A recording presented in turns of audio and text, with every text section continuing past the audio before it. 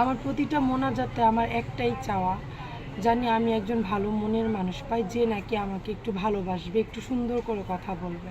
আমি শুধু একটু ভালোবাসার কাঙাল। দর্শক আসসালামু আলাইকুম, সবাইকে স্বাগত জীবন গল্প অনুষ্ঠানে। ক্যামেরার সামনে দাঁড়িয়ে আছে একজন বোন, তার সাথে কথা বলবো, জানবো তারই গল্প।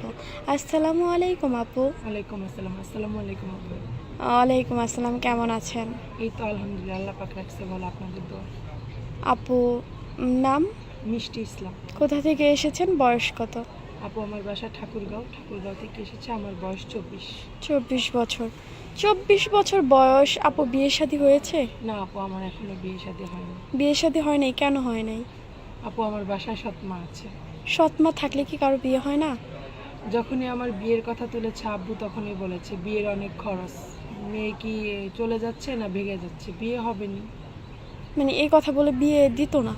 এর জন্য কিন্তু আমার জানা মতে তো সৎমারা তাড়াতাড়ি মেয়ে বিয়ে দিয়ে বিদায় করতে চায়। আমি তো বিদায়ী ছিলাম আপু, আমি তো আর ওনার কাছে ছিলাম না, আমি মাদ্রাসায় থেকে লেখাপড়া করেছি। মাদ্রাসায় পড়াশোনা করেছে। এখন কার কাছে আছেন?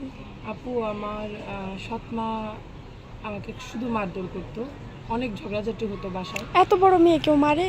আমি এত বড় হয়ে এখনো মানে মার হাতে মার খেয়েছি আমি। তো যেই আমার আব্বুর প্যারালাইজ হয়ে গেছে, তখন যা জায়গা সম্পত্তি ছিল সব আমার দুই সৎ ভাইয়ের নামে লিখে নিয়ে